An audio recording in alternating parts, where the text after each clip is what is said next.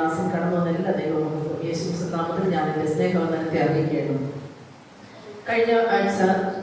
കഴിഞ്ഞ പ്രാവശ്യം പോലെ ദൈവസന്നിധിയിൽ തിരുവനന്തപുരം പ്രസ്താവിപ്പാതയോ എന്ന് പറഞ്ഞാൽ അന്ന് പത്രോസിനെ കുറിച്ചും യേശുവുമായിട്ടുള്ള ബന്ധത്തെ കുറിച്ച് സംസാരിപ്പാനിടയെ തീർന്നു.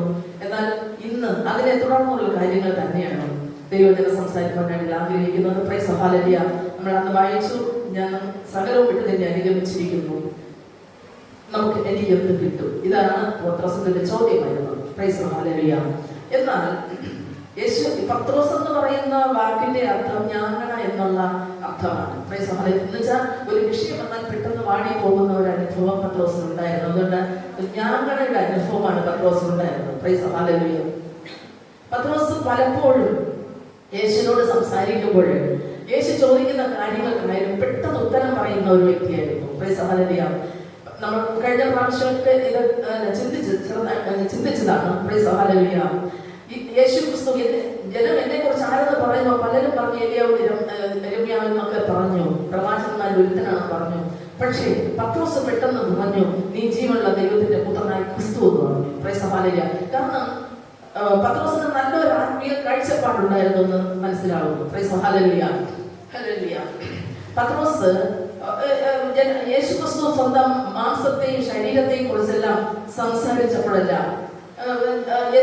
എന്നെ തിന്നുന്നത് എന്നൂരം ജീവിക്കുമെന്നും ഞാൻ ജീവന്റെ അപ്പമാകുന്നു, ശരീരത്തെ കുറിച്ച് മാംസത്തെ കുറിച്ചും രക്തത്തെ കുറിച്ചും എല്ലാം കർത്താവ് സംസാരിച്ചു.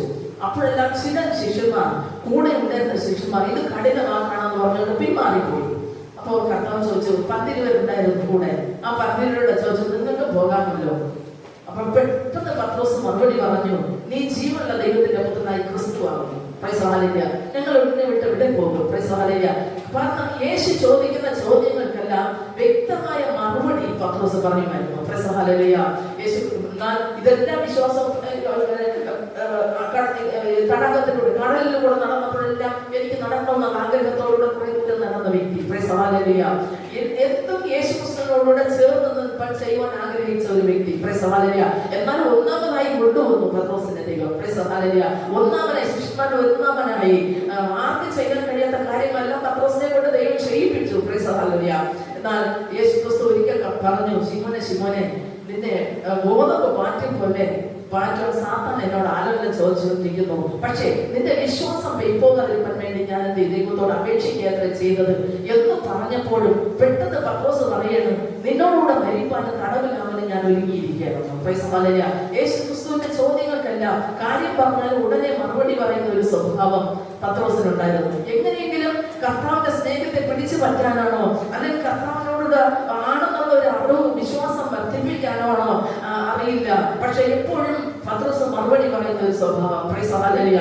നിന്നോടുകൂടെ മരിപ്പാനും തടവിലാവാനും ഞാൻ ഒരുങ്ങിയിരിക്കുന്നു എന്ന് പറഞ്ഞു. കർത്താവ് പറഞ്ഞു, നീ ഇന്ന് കോഴി കൂമ്പേ 3 വട്ടം നീ എന്നെ തള്ളി പറയുമെന്ന് പറഞ്ഞു. Price hallelujah. പക്ഷെ അതുപോലെ തന്നെ യേശുവിനെ പിടിച്ചോണ്ട് പോകുന്ന സമയത്ത് പത്രോസ് എന്ത് സംഭവിക്കും, യേശുവിന് എന്ത് സംഭവിക്കും എന്നറിയാൻ വേണ്ടി പിൻഗമിച്ചുകൊണ്ടേയിരുന്നു. Price hallelujah.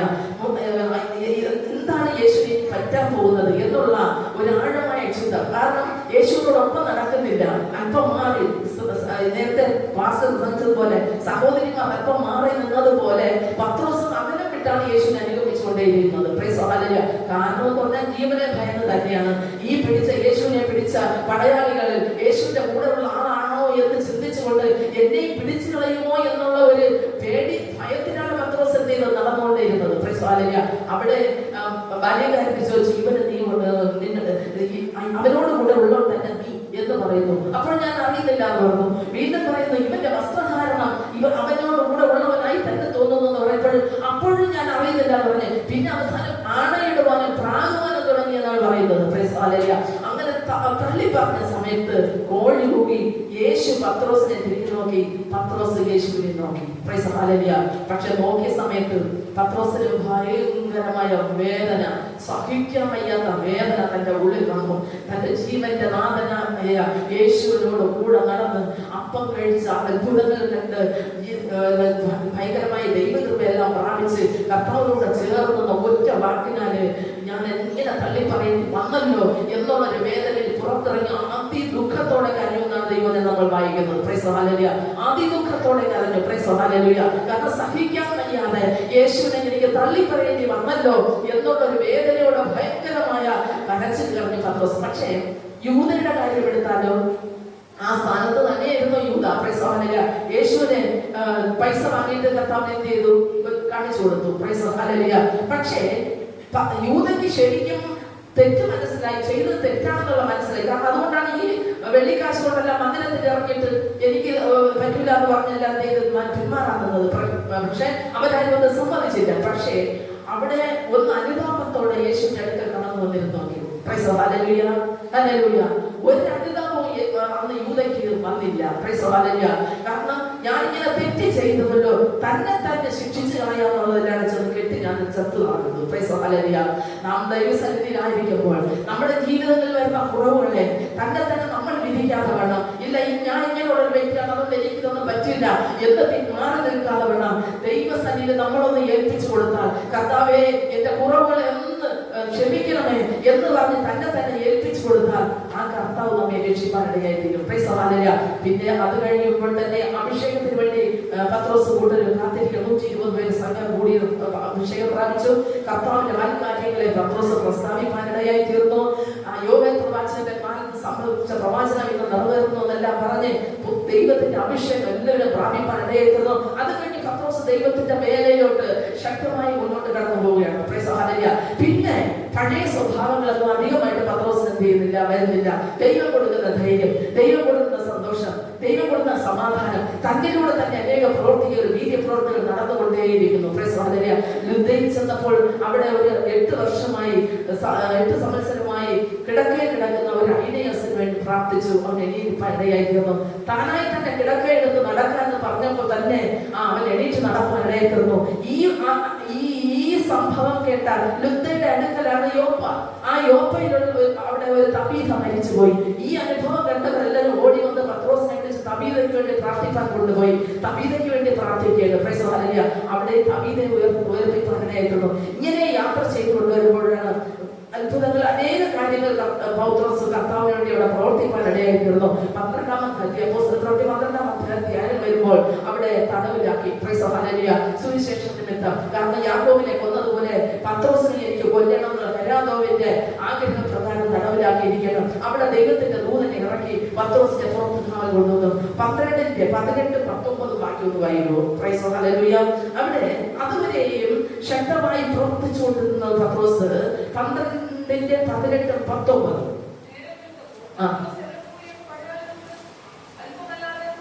നേരം വെളുത്തപ്പോൾ കാവലിലാക്കിയിരിക്കണം. പക്ഷെ നേരം വെളുത്തപ്പോൾ പത്രോസിനെ കണ്ടില്ല. കാവൽക്കാർക്ക് അല്പമായ പരിഭ്രമം ഉണ്ടായി. ഹെരോദാവ് അവനെ അന്വേഷിച്ചിട്ട് കാണുക, കാവൽക്കാരെ വിസ്തരിച്ച് അവരെ കൊല്ലുവാൻ കൽപ്പിച്ചു. പക്ഷെ പത്രോസിനെ പിടികിട്ടിയില്ല. ഈ കാവൽക്കാരെ കൊല്ലുവാനെല്ലാം തീരുമാനിച്ചു പത്രോസ്. അവിടെ പത്തു. പിന്നെ പത്രോസിനെ ഈ ഭാഗത്തെ കാണുന്നില്ല. Price hallelujah. കൈസരിയിൽ പോയി അവിടെ പാർക്കുവാൻ ഇടയായി തീർന്നു. പിന്നെ പത്രോസിനെ കാണുന്നത് എന്ന് പറഞ്ഞാൽ 2 അധ്യായങ്ങൾ പത്രോസ് 1 പത്രോസ് 2 പത്രോസ് ലേഖനങ്ങൾ എഴുതുന്നതായിട്ട് നമ്മൾ കാണുന്നു. 1 പത്രോസിന്റെ ലേഖനം തന്നെയാണ് ഇത് എഴുതുന്നത് പറഞ്ഞാൽ ബാബിലോണിൽ വെച്ചാണ് എഴുതുന്നത്. Price hallelujah. ഈ കാരണം പത്രോസ് ഇങ്ങനെ മാറിപ്പോയി അവിടെ താമസിക്കുകയാണ്. പക്ഷെ ഇത് എഴുതുന്നത് ബാബിലോണിൽ വെച്ചാണ് ഈ ലേഖനം എഴുതുന്നത്. ദൈവസന്നിധിയിൽ ഞാൻ ദൈവത്തോട് പ്രാർത്ഥിച്ചു, കർത്താവേ പത്രോസിന്റെ ലേഖനത്തിൽ നിന്ന് സംസാരിക്കണമെന്നാണ് എനിക്ക് ആഗ്രഹം ഉണ്ടായിരുന്നത് എന്നൊക്കെ ഞാൻ ഇങ്ങനെ ദൈവസന്നിധിയിൽ പ്രാർത്ഥിച്ചു. പത്രോസിനെ കുറിച്ച് യേശുവിനെ കുറിച്ചും ഒക്കെ സംസാരിക്കണമെന്ന് ആഗ്രഹിച്ചു. വിനീകരിച്ചു. ദൈവം ഏതൊരു വചനങ്ങൾ തന്നിരുന്നെങ്കിൽ അത് വെച്ച് പ്രാർത്ഥിക്കാമായിരുന്നു, സംസാരിക്കാമായിരുന്നു എന്നെല്ലാം ചിന്തിച്ചുകൊണ്ട് തന്നെ പ്രാർത്ഥിച്ചുകൊണ്ടപ്പോൾ ദൈവം തന്ന വചനമാണ് 1 പത്രോസിന്റെ ലേഖനം 5-ന്റെ 7-ാമത്തെ വാക്യം. Price hallelujah. അവന്റെ മേലിട്ടുകൊള്ളുവിൻ. Price hallelujah. അന്ന് നിങ്ങൾ നിന്നെ അനുഗമിച്ചു, എന്ത് കിട്ടുമെന്ന് ചോദിച്ച പത്രോസ് ഇപ്പൊ പറയുന്നു, അവൻ നിങ്ങൾക്കായി കരുതുന്നതാകയാൽ നിങ്ങളുടെ സകല ചിന്താകുലും അവന്റെ മേലിട്ടുകൊള്ളുവിൻ. Price hallelujah. ഞാൻ കമലം ബാബിലോണിൽ വെച്ചാണ് എഴുതുന്നത്. ഈ പത്രോസ് എന്ന് പറഞ്ഞാൽ പ്രത്യാശയുടെ അപ്പോസ്തലനായി മാറി. Price hallelujah. പലപ്പോഴും ഞങ്ങളുടെ അനുഭവം വന്ന പത്രോസ് പെട്ടെന്ന് പിന്മാറിപ്പോകുന്ന പത്രോസ്, കർത്താവ് പോയപ്പോൾ വള്ളവും വലയും കൊണ്ട് വീണ്ടും മീൻ പിടിക്കാൻ പോയ പത്രോസ് യേശു വീണ്ടും വിളിച്ചു ഉറപ്പിച്ച് ആടുകളെ മേയ്ക്കാന്ന് പറഞ്ഞ് ഉറപ്പിച്ച് ബലപ്പെടുത്തി നടത്തി. ഇപ്പോൾ പ്രത്യാശയുടെ അപ്പോസ്തലൻ പേര് പ്രാപിക്കാനായിട്ടുണ്ട്. Price hallelujah. യോഹന്നാനെ കുറിച്ച് നമ്മൾ പറയുമ്പോൾ യോഹന്നാൻ സ്നേഹത്തിന്റെ അപ്പോസ്തലനാണ്. യാക്കോബിനെ കുറിച്ച് പറയുമ്പോൾ പ്രവൃത്തികളുടെ അപ്പോസ്തലനാണ്. പൗലോസിനെ കുറിച്ച് പറയുമ്പോൾ ജാതികളുടെ അപ്പോസ്തലനാണ്. ഇങ്ങനെയെല്ലാം അവരുടെ അനുഭവങ്ങളിൽ നിന്നുള്ള അപ്പോസ്തലന്മാരായി അവർ മാറുവാനിടയായിരുന്നു. ഈ അപ്പോസ്തലൻ പറയുന്നത് അവൻ നിങ്ങൾക്കായി കരുതുന്നതാകയാൽ നിങ്ങളുടെ സകല ചിന്താകുലവും അവന്റെ മേൽ ഇട്ടുകൊള്ളും. Praise the Lord. ഹല്ലേലൂയ. നാം എന്തെങ്കിലും ചിന്താകുലത്തോടെ ഈ ദൈവസന്നിധിയിൽ ആയിരിക്കുന്നുവെങ്കിൽ സകല ചിന്താകുലവും ദൈവസന്നിധിയിൽ കൊടുക്കണം. Price the Lord. ഹല്ലേലൂയ. കർത്താവ് നമ്മുടെ ഭാരങ്ങൾ വഹിച്ചുകൊണ്ടാണ് കാൽവരി ക്രൂശിൽ കയറിയത്. Price the Lord. ഹല്ലേലൂയ. നമ്മുടെ ഭാരമെല്ലാം ചുമന്നുകൊണ്ട് നമ്മുടെ രോഗങ്ങളെല്ലാം വഹിച്ചുകൊണ്ട് കർത്താവ് കയറിയെങ്കിൽ നമ്മുടെ ഭാരവും നമ്മുടെ രോഗമെല്ലാം കർത്താവിന്റെ ചുമലിൽ അങ്ങ് വെച്ചുകൊടുക്കാൻ നമ്മൾ തയ്യാറാകണം. Price the Lord. ഹല്ലേലൂയ. വെച്ചു മാറിയെങ്കിൽ മാത്രമേ ആ സ്വാതന്ത്ര്യം നമ്മുടെ ജീവിതത്തിൽ വരുവാനിടയായി തീരൂ. Price the Lord. Hallelujah. Hallelujah. ഇവിടെ ഈ കരുതുക എന്ന് പറയുമ്പോൾ എനിക്ക് വേണമെങ്കിൽ ഒരുപാട് പ്രസംഗങ്ങൾ ഇതിനു വേണ്ടി പ്രസംഗിക്കാം. കാരണം എന്ന് പറഞ്ഞാൽ അബ്രഹാമിനെ കുറിച്ച് പ്രസംഗിക്കാം. അബ്രഹാമിന് മകന്റെ വിഷയത്തിൽ വന്നപ്പോൾ ദൈവം കരുതിയ വിധങ്ങളെ കുറിച്ചൊക്കെ എനിക്ക് പ്രസംഗിക്കാം, അവരോട് പ്രസംഗിക്കാം. പക്ഷേ ഇവിടെ ചില കരുതുകളിൽ പത്രോസ് കണ്ടത് സ്വർഗത്തിൽ സൂക്ഷിച്ചിരിക്കുന്ന അവകാശങ്ങൾ നമുക്ക് വേണ്ടി ദൈവം വച്ചിരിക്കുന്നു. വ്യക്തമായ ഒരു പാഠവും അറിവും നമ്മൾ മനസ്സിലാക്കണം. അതിനുവേണ്ടി ഈ പത്രോസ് സ്വർഗത്തിൽ നമുക്ക് സൂക്ഷിച്ചു വെച്ചിരിക്കുന്ന കാര്യങ്ങളെ കുറിച്ചെല്ലാം ഈ 1 പത്രോസിന്റെ ലേഖനത്തിൽ നമ്മളെ കുറിച്ച് വായിക്കുവാനിടയായി തീരും. 1 പത്രോസ് ലേഖനത്തിൽ 1:4 വാക്യത്തിൽ വായിക്കാം.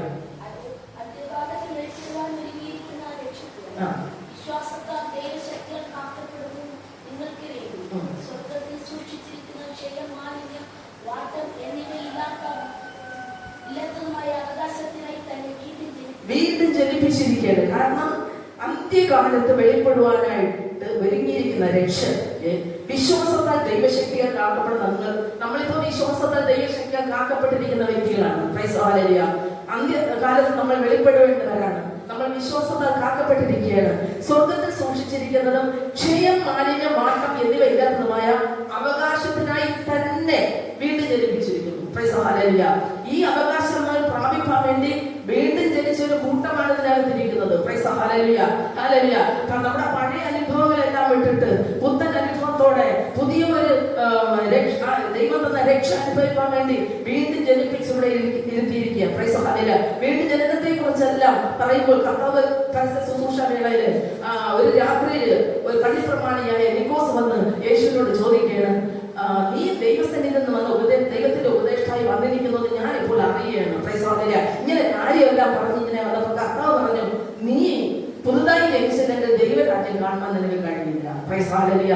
സ്നേഹത്തോടെ കർത്താവിനെ ഒന്ന് ഉയർത്തുവാനായിട്ടും കർത്താവിനെ ഒന്ന് പ്രശംസിക്കാനായിട്ടും പള്ളിക്കാരും പട്ടക്കാരും പള്ളിക്കാരും അറിയാതെ രാത്രി യേശുവിന്റെ അടുക്കൽ വന്നിരിക്കുക. Price hallelujah. വന്നിട്ട് പറഞ്ഞു, നീ ദൈവത്തിന്റെ അടുക്കൽ വന്ന ഉപദേഷ്ടാവാണെന്ന് എനിക്ക് മനസ്സിലായി എന്ന് പറഞ്ഞു. കർത്താവ് പറഞ്ഞു, നീ പുതുതായി ജനിച്ചില്ലെങ്കിൽ ദൈവരാജ്യം കാണാൻ കഴിയില്ല. Praise hallelujah. ദൈവരാജ്യം കാണണമെങ്കിൽ പോലും പുതുതായി ജനിക്കണം. Praise hallelujah. എന്നിട്ട് നിക്കോദെമോസിന് ഭയങ്കരമായ യോഹന്നാൻ 3:ലാണ് ഈ ഭാഗമുള്ളത്. നിക്കോദെമോസിന് ഭയങ്കരമായ വീണ്ടും ഒരു സംശയം, ദൈവമേ, ഞാൻ വീണ്ടും പുതുതായി ജനിക്കണമെന്നോ? ഞാൻ വൃദ്ധനായതിനു ശേഷം ഇനി അമ്മയുടെ ഉദരത്തിൽ കിടന്ന് ഞാൻ എങ്ങനെ ജനിക്കും? Price hallelujah. നിക്കോദെമോസ് ചോദിച്ചു, വീണ്ടും ജനിക്കണമെങ്കിൽ എന്റെ അമ്മയുടെ ഉദരത്തിൽ വീണ്ടും ഞാൻ കയറിയിട്ട് കടന്നിട്ട് വീണ്ടും പുറത്തു വരണമെന്നാണ് നിക്കോദെമോസിന്റെ ചിന്ത. Price hallelujah. വളരെ പ്രമാണിയായിട്ട് ഇതൊന്നും കൂടെ അറിഞ്ഞുകൊണ്ടേ എന്ന് കർത്താവ് ശാസിക്കുവാൻ തുടങ്ങി. പക്ഷേ വീണ്ടും കർത്താവ് പറയുന്നു, നീ വെള്ളത്താലും ആത്മാവിനാലും ജനിച്ചില്ലായെങ്കിൽ ദൈവരാജ്യത്തിൽ നിനക്ക് കടപ്പാൻ കഴിയില്ല. Praise hallelujah. ഇവിടെ ഒരു വീണ്ടും ജനനത്തെ കുറിച്ചാണ് പറയുന്നത്. നീ ദൈവരാജ്യത്തിൽ കടക്കണമെങ്കിൽ നിനക്ക് അതിനകത്ത് കടക്കണമെങ്കിൽ നീ വെള്ളത്താലും ആത്മാവിനാലും ജനിക്കണം. Praise hallelujah. നാം ദൈവസന്നിധിയിൽ ആയിരിക്കുന്നത് ഒന്ന് ചിന്തിച്ചോ, നാം വെള്ളത്താലും ആത്മാവിനാലും ജനിച്ച ഒരു വ്യക്തിയാണെങ്കിൽ ദൈവരാജ്യത്തിൽ കടപ്പാൻ ദൈവത്തിന് അനുവദിക്കും. Price hallelujah. ഇവിടെ പറയുന്നു, അതിനുവേണ്ടി വീണ്ടും നിന്നെ ജനിപ്പിച്ചിരിക്കുന്നു. ഈ ജനിപ്പിച്ചിരിക്കുന്ന ഒരു അവകാശം ദൈവം നമുക്ക് വെച്ചിട്ടുണ്ട്. അത് മാറ്റമില്ല, മാലിന്യമില്ല, ക്ഷയമില്ല. അത് വാടാത്തതാണ്, അത് മാലിന്യമില്ലാത്തതാണ്, ക്ഷയിക്കാത്തതാണ്. Price hallelujah.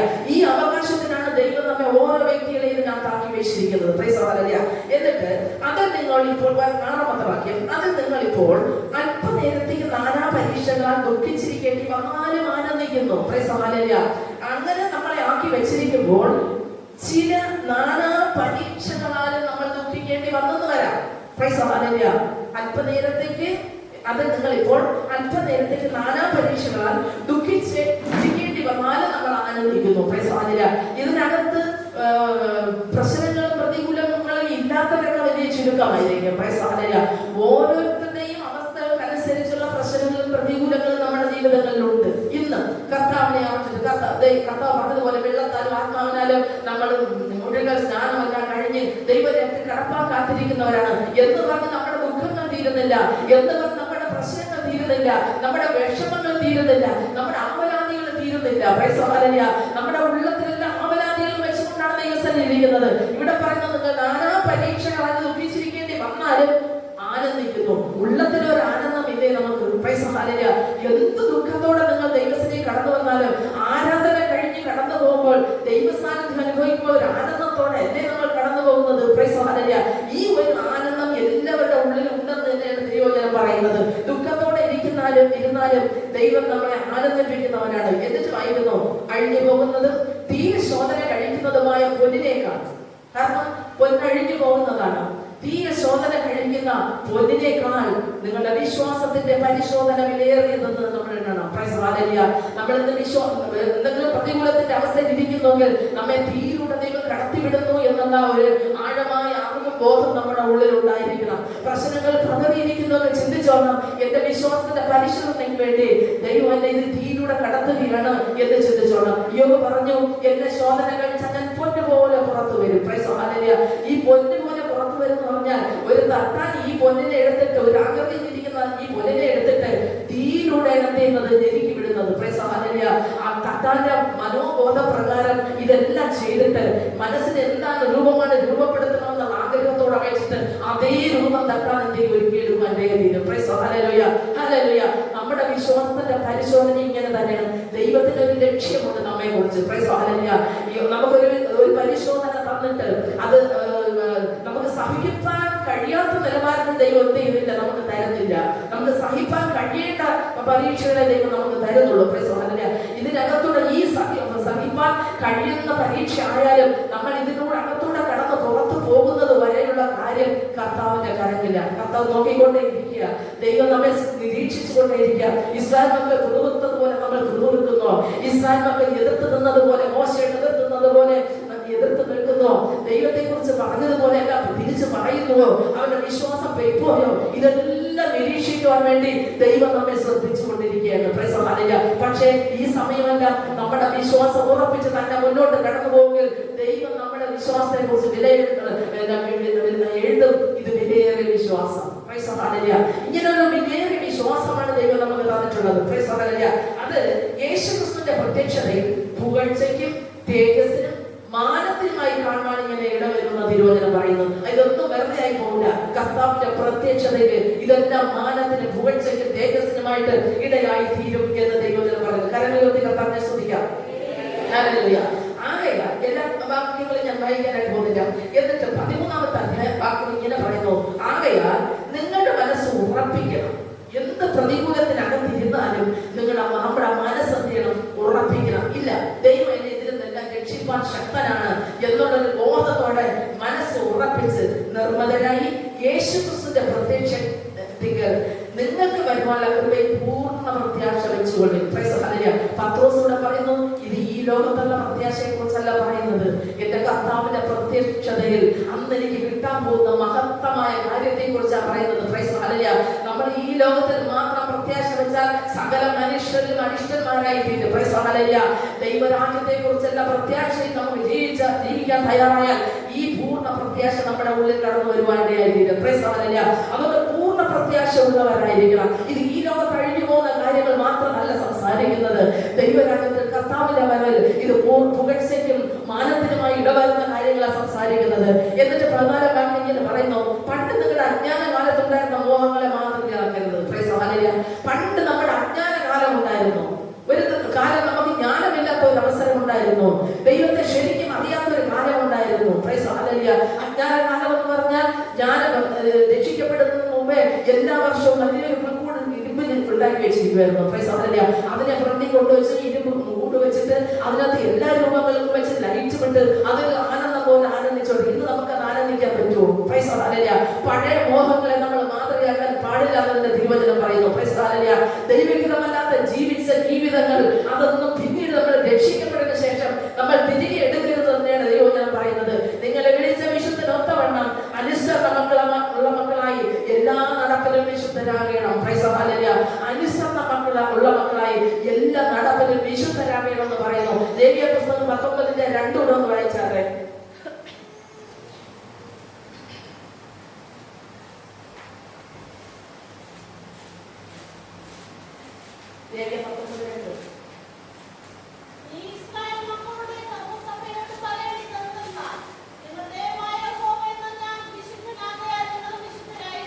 അതേ വചനം തന്നെയാണ് ഇവിടെ പത്രോസ് എഴുതിയിരിക്കുന്നത്. 16-ാം വാക്യം, ഞാൻ വിശുദ്ധനാകിയാൽ നിങ്ങളും വിശുദ്ധനായിരിക്കും എന്ന് എഴുതിയിരിക്കുന്നു. എഴുതിയിരിക്കുന്നല്ലോ. അപ്പോ ദൈവം വിശുദ്ധനാണ്. അതുപോലെ തന്നെ ദൈവത്തെ സേവിക്കുന്നവരെ വിശുദ്ധരാകണമെന്ന് ദൈവം ആഗ്രഹിക്കുന്നു. അശുദ്ധിയിലോട്ട് നമ്മൾ കടന്നു പോകരുതെന്ന് ദൈവം ആഗ്രഹിക്കുന്നു. ഒരു വിശുദ്ധനായി നമുക്ക് വേണമെങ്കിൽ എങ്ങനെ ജീവിക്കാം? നമ്മൾ പാരമ്പര്യ അനുസരിച്ച് നമുക്കൊരു വിശുദ്ധനായി ലോകം പ്രഖ്യാപിക്കും. ആ പാരമ്പര്യത്തിൽ നമ്മൾ വന്നതുകൊണ്ട് അതേ കുറിച്ച് കുറച്ചൊക്കെ നമുക്ക് അറിയാൻ മനസ്സിലാക്കാനായിട്ട് കഴിയും. കാരണം ഒരു നല്ല ഒരു മാർഗ ജീവിതം നയിച്ച ഒരു വ്യക്തിയാണ് ആ സഭയിലുള്ളതെങ്കിൽ സംഘടനയിലുള്ളതെങ്കിൽ അവരുടെ വസ്ത്രങ്ങൾ, അവരുടെ തലമുടി, അവർ ഉപയോഗിച്ച സാധനങ്ങൾ എല്ലാം വെച്ച് അതിനെ വിലയിരുത്തി അവർ ചെയ്ത നല്ല പ്രവൃത്തികളെല്ലാം ചെയ്തിട്ടാണ് അവിടെ അവരുടെ രൂപതയെ വിശുദ്ധനായി ഇത് പ്രഖ്യാപിക്കുന്നത്. എന്നാൽ നമ്മൾ കർത്താവ് നമ്മെ വിശുദ്ധനായിട്ട് നമ്മൾ കണ്ടിട്ടുണ്ടെങ്കിൽ 7 അടിസ്ഥാന ഉപദേശത്തിൽ നിലനിന്നാൽ നമുക്ക് വിശുദ്ധ ജീവിതം നയിക്കാനായിട്ട് കഴിയും. ഒന്നാമത്തെ അടിസ്ഥാനം എന്ന് പറഞ്ഞാൽ ഒരു വ്യക്തിക്ക് വിശ്വാസം വേണം. ദൈവത്തിൽ നല്ല ആഴമായ ഒരു വിശ്വാസം വേണം. ഈ ദൈവസന്നിധി കടന്നു വരുന്നെങ്കിൽ ദൈവം ഉണ്ടെന്നും ദൈവം നമുക്ക് പ്രതിഫലം തരുമെന്നുള്ള നല്ലൊരു വിശ്വാസം, ഉറപ്പ് നമ്മുടെ ജീവിതത്തിൽ ഉണ്ടായിരിക്കണം. ഒരു വിശുദ്ധനാകാനുള്ള ഗുണങ്ങളാണ് ഞാൻ സംസാരിക്കുന്നത്. രണ്ടാമത്തെ അനുഭവം എന്ന് പറഞ്ഞാൽ ഒരു മാനസാന്തരം നമ്മുടെ ജീവിതത്തിൽ ഉണ്ടായിരിക്കണം. വിശ്വസിക്കുന്ന നിനക്കൊരു മാനസാന്തരം ഉണ്ടാകണം. നീ ദൈവത്തിൽ വിശ്വസിക്കുന്നെങ്കിൽ പഴയ കാലത്തോടൊന്നും കടന്നു പോകാതെ പഴയതെല്ലാം വിട്ടിട്ട് ഞാനൊരു പുതു മനുഷ്യനായി എന്നുള്ള നിലവാരത്തിൽ നമ്മൾ മുമ്പോട്ട് കടന്നു വരാനായിട്ട് ആഗ്രഹിക്കണം. വിശ്വസിക്കുന്ന മാനസാന്തരപ്പെടുന്ന വ്യക്തിക്കാണ് സ്നാനം എന്ന് പറയുന്നത്, മുഴുവൻ സ്നാനം എന്ന് പറയുന്നത്. മുഴുവൻ സ്നാനം ചെയ്ത് ദൈവസന്നിധിയിൽ 4-ാമത്തെ കാര്യം തിരുവത്താഴം, കൂട്ടായ്മയില് തിരുമേശയില് ഭക്ഷിച്ച് ദൈവത്തോടുകൂടെ ചേർന്ന് വസിക്കാനായിട്ട് നമ്മൾ ആഗ്രഹിക്കണം. എന്നിട്ട് കൂട്ടായ്മ വേണം. എന്നാൽ ഇന്ന് തന്നെ ഈ കാലഘട്ടങ്ങളിൽ കൂട്ടായ്മ കുറഞ്ഞു വരുന്ന കാലഘട്ടങ്ങളാണ്. എന്നാൽ കൂട്ടായ്മയിൽ സഭയിലൊക്കെ മീറ്റിംഗിൽ കടന്നു വെച്ചാൽ ഞാൻ ഉൾപ്പെടെ, ഈ പറയുന്ന ഞാൻ ഉൾപ്പെടെ തന്നെ എല്ലാ മീറ്റിംഗിലും കടന്നു വരേണ്ടത് ഒരു വിശുദ്ധന്റെ ലക്ഷണമാണ്.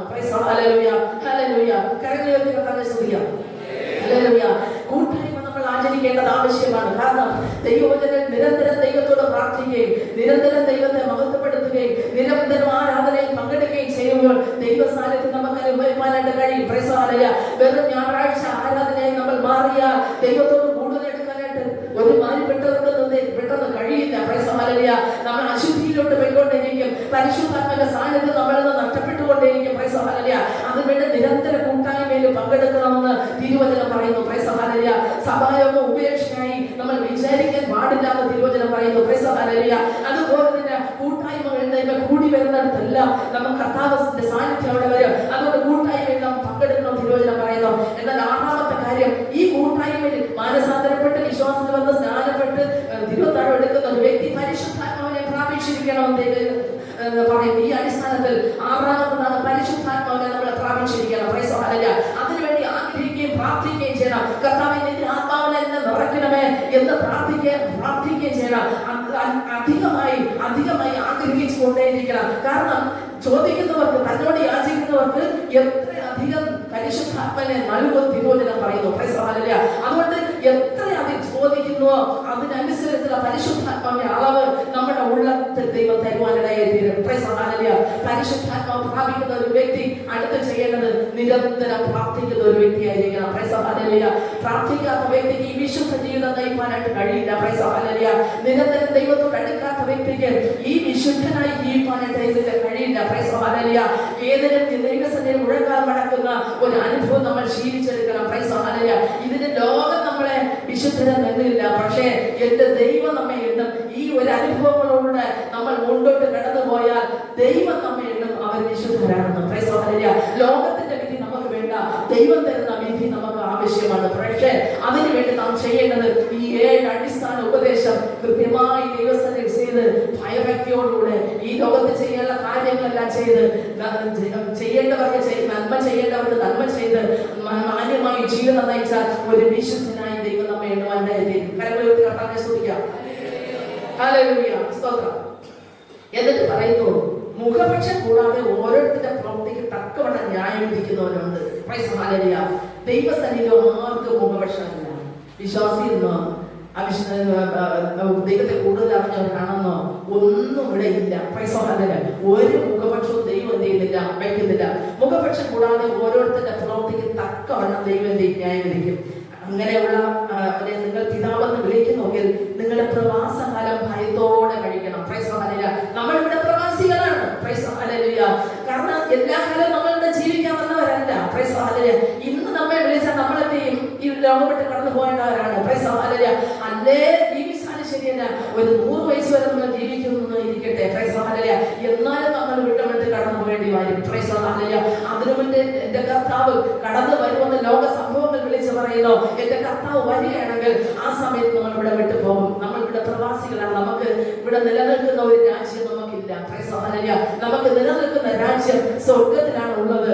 അവിടെ കാക്കപ്പെടുന്ന കാര്യങ്ങളാണ് പത്രോസ് ഇവിടെ വ്യക്തമായി വരച്ചു കാട്ടുന്നത്. Price hallelujah.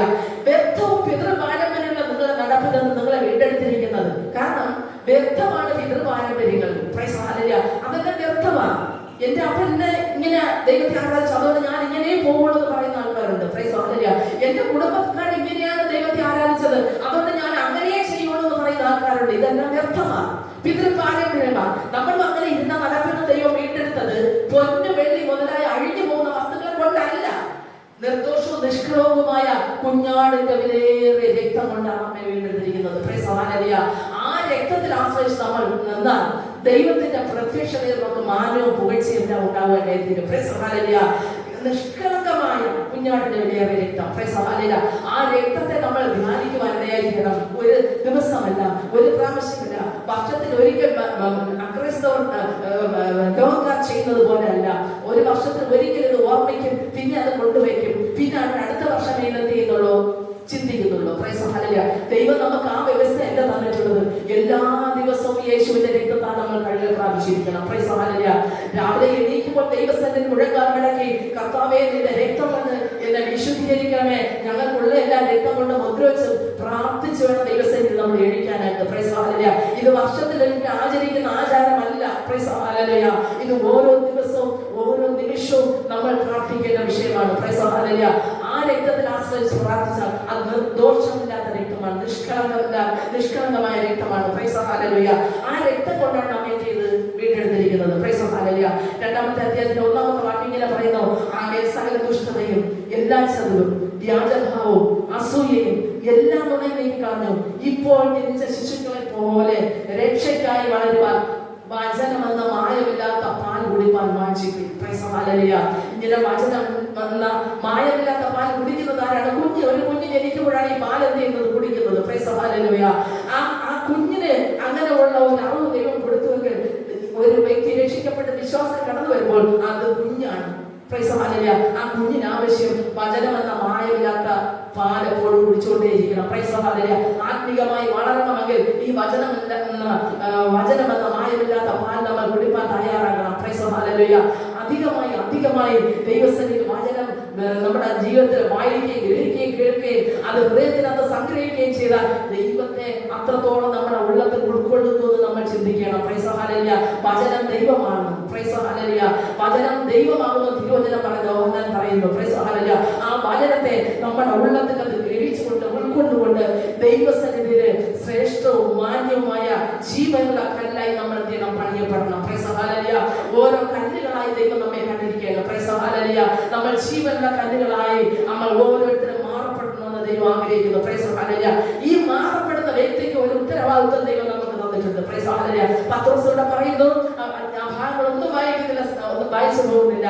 മാന്യമുള്ള ജീവനുള്ള കല്ലായി നമ്മെ ശേഷിപ്പിച്ചിരിക്കുമ്പോൾ നമുക്കൊരു ഉത്തരവാദിത്വമുണ്ട്. 9-ാമത്തെ വാക്യം ഇങ്ങനെ വായിക്കുന്നു, 2:9. നിങ്ങളോ അന്ധകാരത്തിൽ നിന്ന് തന്റെ അത്ഭുത പ്രകാശത്തിലേക്ക് നിങ്ങളെ വിളിച്ചവരുടെ സൽഗുണങ്ങളെ ഘോഷിപ്പാതക്കവണ്ണം നമ്മൾ തിരഞ്ഞെടുക്കപ്പെട്ട ഒരു ജാതിയാണ്. Price the Lord. അങ്ങനെ ഈ അറിവ് നമ്മൾ പ്രാപിച്ചുകൊണ്ട് മറ്റുള്ളവരോട് പറയാതിരുന്നാൽ നമ്മൾ അന്ധകാരത്തിൽ പുറത്തു വന്നില്ല, ഈ പ്രകാശത്തിലേക്ക് നമ്മൾ കടന്നു വന്നില്ല. Price the Lord. നമ്മൾ പ്രകാശത്തിലേക്ക് കടന്നു വന്നെങ്കിൽ ദൈവത്തിന്റെ സൽഗുണങ്ങളെ നമ്മൾ ഘോഷിക്കണം. Price the Lord. എന്റെ കർത്താവിന്റെ സൽഗുണമുള്ളവനാണ്. Praise the Lord. ദുർഗുണമുള്ള ഒരു വ്യക്തിയല്ല. Praise the Lord. ദൈവത്തിന്റെ സൽഗുണമാണ്. Price the Lord. അനേക ഗുണങ്ങൾ. Price the Lord. വേദനപ്പെട്ട് വരുന്നവരെ ആശ്വാസവാക്ക് പറഞ്ഞ് അയക്കുന്ന ദൈവം. Praise the Lord. അയക്കുന്ന കർത്താവ്. ഹല്ലേലൂയ. നിരാശപ്പെട്ടിരിക്കുന്നവരോട് പറയും, നിങ്ങളുടെ ഹൃദയം നേണ്ട കലങ്ങണ്ട. Praise the Lord. ദൈവസന്നിധിയാണ്, ദൈവത്തിന്റെ അടുക്കല് ദൈവം പറയുന്ന വചനങ്ങളാണ് നമുക്ക് എന്ത് ആശ്വാസം തരുന്നത്. Praise the Lord. ദൈവം തന്നിട്ടുള്ള വചനങ്ങൾ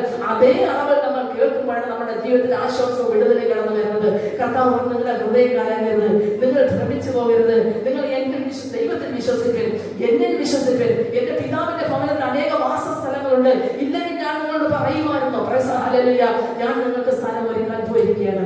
ഈ കർത്താവ് നമുക്ക് വേണ്ടി സ്ഥലം ഒരുക്കാൻ പോയിരിക്കുന്നു. Price the Lord. അതുകൊണ്ട് ഈ സൽഗുണങ്ങളെല്ലാം കർത്താവ് ചെയ്ത അത്ഭുതങ്ങളല്ല, കർത്താവ് ഓരോ ദിവസം ഓരോ വ്യക്തിക്ക് ചെയ്ത അത്ഭുതങ്ങളല്ല, തിരുവചനത്തിലൂടെ എല്ലാം കാണുമ്പോഴല്ല ദൈവം നമുക്ക് വേണ്ടി അനേക അത്ഭുതങ്ങൾ ചെയ്തിട്ടുണ്ട്. ഈ അത്ഭുതങ്ങളെല്ലാം വർണ്ണിക്കുന്ന ഒരു ജാതിയായി ദൈവം നമ്മെ വെച്ചിരിക്കുകയാണ്. Price the Lord. ഒരു പുരോഹിത വർഗമായി ദൈവം നമ്മെ വെച്ചിരിക്കുകയാണ്. Price the Lord. ഈ അറിവാണ് മനുഷ്യനെ ദൈവസന്നിധി പ്രാഗൽഭ്യമുള്ളവരാക്കുന്നത്. Price the Lord. ഈ അറിവ് നമ്മുടെ ഉള്ളത്തിൽ എന്തെങ്കിലും ആഴമായി വേണം. Price the Lord. അയ്യോ നിങ്ങൾ പെന്തക്കോസ്തരാണ്, അയ്യോ അതൊരു തീരാ വ്യാധി പോലെ ഇങ്ങനെ ജീവിക്കുന്നവരാണ് എന്നൊക്കെ ലോകങ്ങൾ പറയുന്നുവെങ്കിലും, പക്ഷേ ഇത് രാജകീയ പുരോഹിത വർഗമാണെന്ന് തിരുവചനം പറയുന്നു. ഇതൊരു ദൈവം തിരഞ്ഞെടുക്കപ്പെട്ട ഒരു ജാതിയാണെന്ന് പറയുന്നു. Price the Lord. ഒരു വിശുദ്ധ ജനമായി, സ്വന്തം ജനമായി ദൈവം എണ്ണുന്ന വ്യക്തിയാണ്.